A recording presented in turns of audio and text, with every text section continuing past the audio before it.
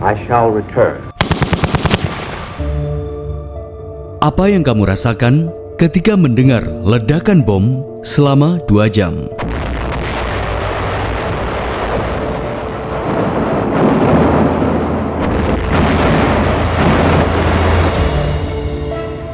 Kapankah penderitaan ini berakhir? Kami mulai membenci segala apa di dunia ini. Kadang-kadang kami bersama-sama mengucurkan air mata. Sungguh kami berada di neraka. Seakan berada di lautan neraka. Itulah yang dirasakan pasukan Jepang dalam beberapa pertempuran hebat di New Guinea selama Perang Pasifik. Untuk mendapatkan supremasinya di New Guinea, pasukan Amerika dan sekutunya melompat dari satu pulau ke pulau lainnya. Jayapura, Wakde, Numfor, Biak,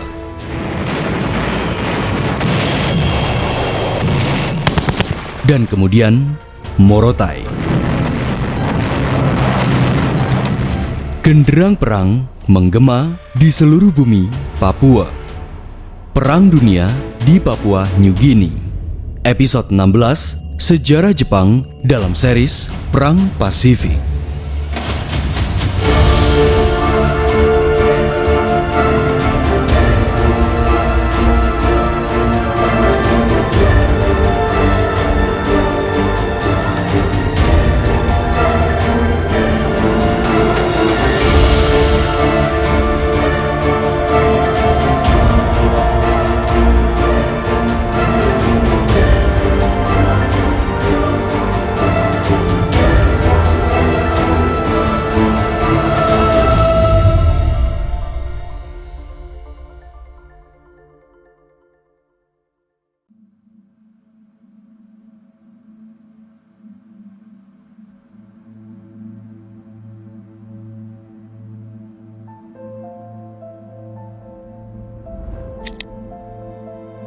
(1944) Lautan Bismarck di Pasifik Barat Daya, utara Papua Nugini, dikepung armada Amerika dan sekutunya.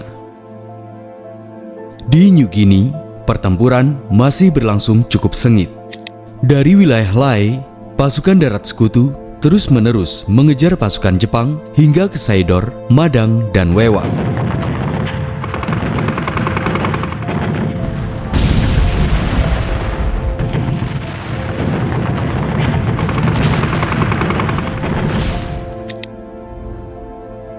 Sementara itu, di tempat lain, di Finschhafen, ratusan kapal-kapal Amerika bersiap untuk bergerak. Bergerak untuk melancarkan strategi lompat kataknya atau strategi leapfrogging. Dari Finschhafen, MacArthur berencana melompat ke Aitape, Hollandia, Wakde, Numfor, Sensapor, Biak, dan kemudian Morotai. Dengan sandi operasi Reckless, Jenderal Douglas MacArthur dengan 217 kapal-kapalnya dan 80.000 pasukannya berniat melancarkan pengeboman besar-besaran di Aitape dan Hollandia atau Jayapura, Papua. 29 Maret 1944, mereka sudah bisa melihat dengan jelas Hollandia. Diperkirakan di sana hanya dijaga 11.000 pasukan Jepang. Mereka kaget bukan main saat melihat armada besar sekutu. Jenderal Adachi mengira jika MacArthur akan melakukan serangan di Madang dan Wewak. Namun, perkiraan itu salah dan berakibat fatal. Pertahanan di Hollandia melemah karena sebagian besar pasukannya dikerahkan ke Madang dan Wewak. Sungguh sangat ironi.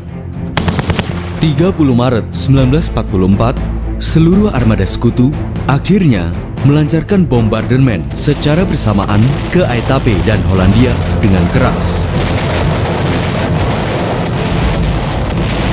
bukan 2 jam, tapi bombardemen berlangsung hingga 3 hari 3 malam. Setelah itu, kapal-kapal sekutu mulai menghujani bom dan pelurunya di Hollandia. Pertempuran berlangsung sengit hingga berhari-hari. 22 April 1944, akhirnya pasukan sekutu mulai melancarkan pendaratan amfibi di Aitape, Hollandia, dan beberapa wilayah di sekitarnya secara serentak. Dari bunker ke bunker, dari tempat ke tempat, pasukan darat sekutu terus-menerus menembak garnisun Jepang. Berkat informasi dari warga lokal Papua, sekutu dengan mudah menemukan persembunyian pasukan Jepang. Banyak warga lokal yang membantu sekutu. Selain sebagai pengantar perbekalan, warga Papua juga membantu sekutu sebagai penunjuk jalan dan melacak persembunyian Jepang. 6 Juni 1944, pasukan Amerika dan sekutunya akhirnya berhasil menguasai penuh wilayah Hollandia dan Aitape. Sebanyak 340 pesawat-pesawat Jepang hancur, dan 50 pesawat lainnya berhasil ditembak jatuh.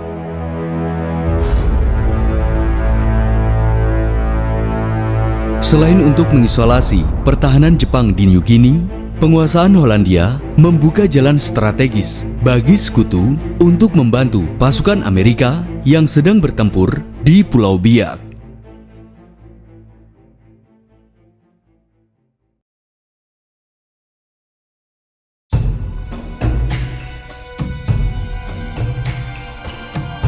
Keperkasaan Amerika dan sekutunya memang sangat superior. Di saat mereka menggempur Hollandia dengan keras, di saat yang hampir bersamaan, Amerika dan sekutunya juga terus melancarkan lompat kataknya ke Pulau Biak.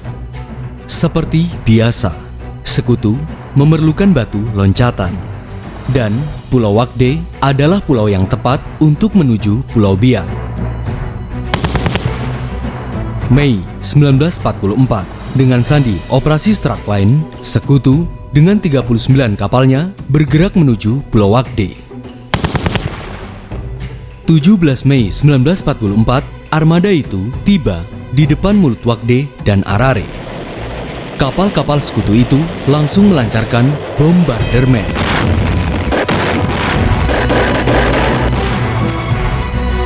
Hanya beberapa jam, sekutu berhasil mendarat di pantai Arare. Dengan senjata seadanya, Jepang terpojok. Dan akhirnya, sekutu dapat memukul mundur mereka. Rencana serangan di Arare bertujuan untuk memutus bantuan Jepang ke Pulau Wakde. Esok harinya, 18 Mei 1944, bunker-bunker Jepang di Pulau Wakde kembali dibombardir oleh sekutu selama 40 menit. Setelah itu, sebanyak 1.500 pasukan sekutu mulai mendarat. Sementara itu, di Arare, Jepang terus dipukul mundur hingga ke Teluk Mafin. 11.000 pasukan Jepang dengan senapan mesinnya dari tempat persembunyiannya berusaha menghunus pasukan sekutu. Pertempuran mengalami maju mundur. Sempat terjadi pertempuran jarak dekat. Jepang terus-menerus dipukul mundur hingga ke bukit Lone Tree Hill. Sementara itu, di tempat lain di Wakde, Mayor Jenderal Fuller bersiap untuk melompat ke Pulau Biak. 27 Mei 1944, pagi hari, 71 kapal-kapal tempur dan amfibi yang ditunggangi 12.000 pasukan sekutu bergerak ke Pulau Biak. Saat sudah mendekat, bombardemen ditembakkan dengan keras selama 45 menit. Anehnya, tidak ada serangan balasan dari tentara Jepang. Fuller menganggap jika seluruh pasukan Jepang sudah tumbang. Merasa percaya diri, Fuller mendaratkan pasukannya di Biak. Mulanya, pendaratan sangat aman. Namun, naasnya ternyata ini adalah jebakan Jepang. Komandan garnisun Jepang di Biak, Kolonel Kuzume Naoyuki, berencana menyambut kedatangan sekutu. Lalu, ketika semakin dalam memasuki pulau itu, mereka dijebak dalam perangkap yang sudah dipersiapkan. Sungguh, strategi yang tidak terfikirkan Fuller. Ia baru sadar ketika pesawat-pesawat Jepang menghujani pelurunya dengan brutal. Bahkan di saat bersamaan, satu kompi tank Jepang juga mulai menyerang. Akhirnya, pertempuran antar tank pun terjadi. Naasnya, dari gua-gua persembunyiannya, senapan mesin Jepang juga menyerang. Fuller memutuskan untuk mundur. Untuk pertama kalinya, sekutu mengalami kekalahan memalukan. Segera, Jenderal MacArthur mencopot Fuller dan mengirim pasukan Jenderal Robert ke lokasi pertempuran. Kini, sekutu menggunakan senjata penyemprot api guna memaksa pasukan Jepang keluar dari gua-gua. Setelah keluar, sekutu menembak sasaran dengan brutal. Pasukan Jepang itu sudah tidak lagi bisa melawan. Mereka menemui ajalnya di sana. 22 Juni 1944, akhirnya sekutu berhasil menguasai Pulau Biak. Namun, Biak bukanlah tujuan utama. Berikutnya, sekutu akan melompat ke pulau selanjutnya, yakni Pulau Numfor.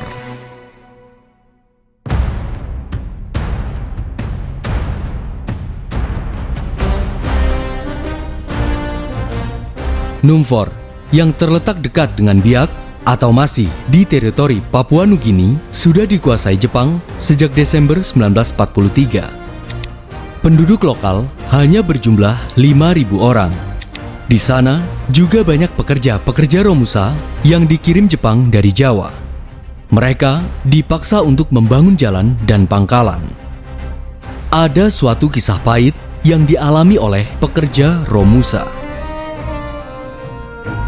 Ketika pekerja Romusa sakit, tentara-tentara Jepang itu menguburnya dengan hidup-hidup. Begitu juga warga setempat. Banyak yang menanti kedatangan sekutu untuk membebaskan mereka.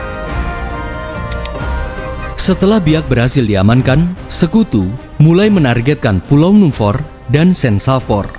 Informasi intelijen, begitu juga warga lokal, melaporkan bahwa pasukan Jepang di Numfor kurang dari 3.000 orang. Tidak pikir panjang, kapal-kapal Australia dan Amerika mulai bergerak. 2 Juli 1944 dini hari, mereka mendekati Numfor. Di saat itulah Numfor menjadi sasaran kejutan bombardemen kapal-kapal sekutu.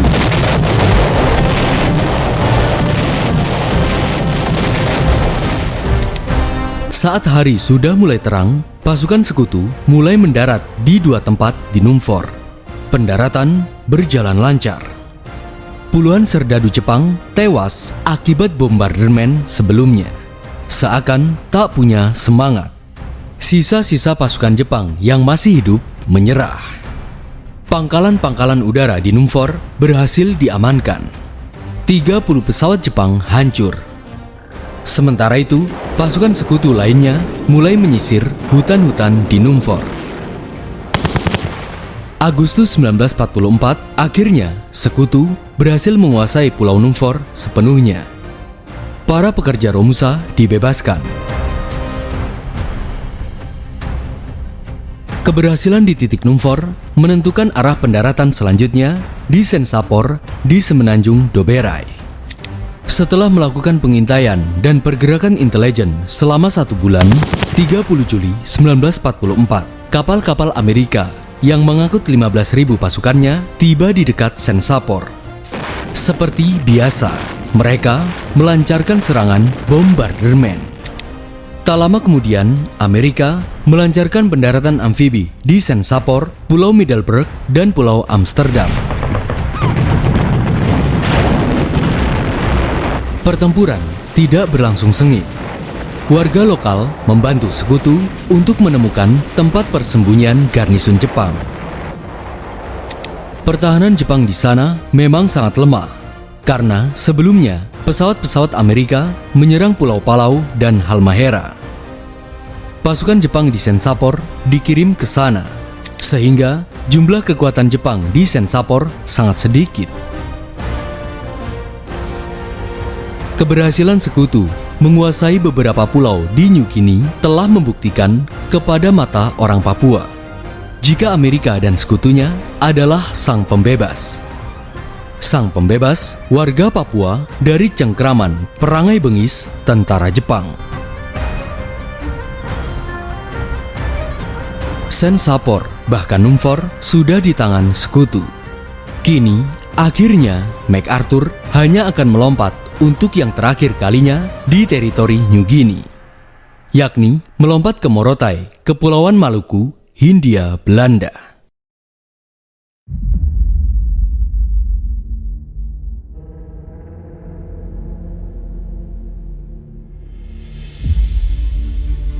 Usaha MacArthur menuju Filipina hanya tinggal sedikit lagi. Dari Numfor, MacArthur harus melangkah sejauh 504 mil ke barat laut, tepatnya di Pulau Morotai, Kepulauan Maluku. Bagi Jepang, pulau ini merupakan titik fokus tempat logistik dan pangkalan menuju Filipina. Begitu juga sekutu. Mengapa? Tujuan utama dari seluruh operasi ini tak lain adalah Filipina. I said to the people of the Philippines whence I came, I shall return. Janji MacArthur kepada gerilyawan Filipina dan pasukannya di sana masih dipegang erat. Maka tak heran, para sejarawan mengatakan jika rute MacArthur ini bagian dari keinginan pribadi dirinya, meski tujuan utama sekutu dalam ofensifnya menyerang Tokyo. Menurut AIB, kekuatan Jepang di Pulau Morotai kurang dari 1.000 orang dan terbilang sangat lemah. Segera, MacArthur mengerahkan 57.000 pasukan Amerika dan Australia ke sana. 15 September 1944, kapal-kapal sekutu tiba di dekat Morotai. Bombardirmen kembali ditumpahkan ke Morotai selama 2 jam. Pengeboman selama 2 jam bukanlah hal yang sepele. Efeknya sangat besar. Selama 2 jam itu, pasukan Jepang merasa seakan berada di neraka. Setelah pengeboman, sekutu melakukan pendaratan amfibi. Tidak ada perlawanan. Meski begitu, saat sudah memasuki hutan, sekutu memiliki kesulitannya sendiri, yakni menemukan pasukan Jepang yang sedang bersembunyi.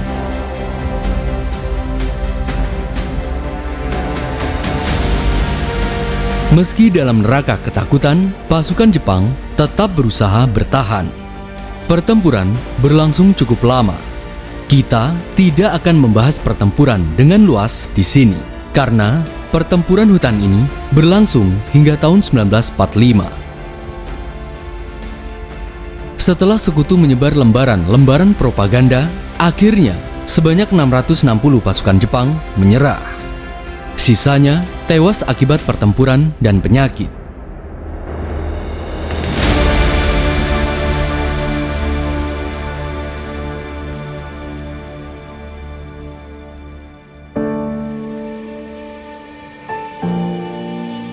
Ada suatu kisah. Ternyata ada satu pasukan Jepang yang bernama Teruo Nakamura yang enggan menyerah dan bertahan di gua dan hutan-hutan di Morotai hingga tahun 1974. Dia tidak tahu berita-berita luar. Yang dia tahu adalah bertahan demi kejayaan Kaisar dan Asia Timur Raya. Begitu hebatnya doktrin Jepang. Kembali ke tahun 1944. Kala itu, pasukan sekutu sibuk membangun 2 pangkalan di Morotai. Kelak, 2 pangkalan ini akan dijadikan sebagai landasan menuju Filipina yang berjarak lebih dari 1.000 mil. Selain itu, mereka juga membangun fasilitas-fasilitas lainnya seperti kilang minyak, rumah sakit, hingga akomodasi untuk pasukan dan warga sekitar yang pernah menjadi tahanan Jepang. Pada akhirnya, leapfrogging atau lompat katak MacArthur membuahkan hasil. Filipina yang direncanakan akan diserang pada tahun 1945 ternyata menjadi lebih cepat dari perkiraan. Di tahun 1944 pun, sekutu memiliki kesempatan bergerak ke Filipina.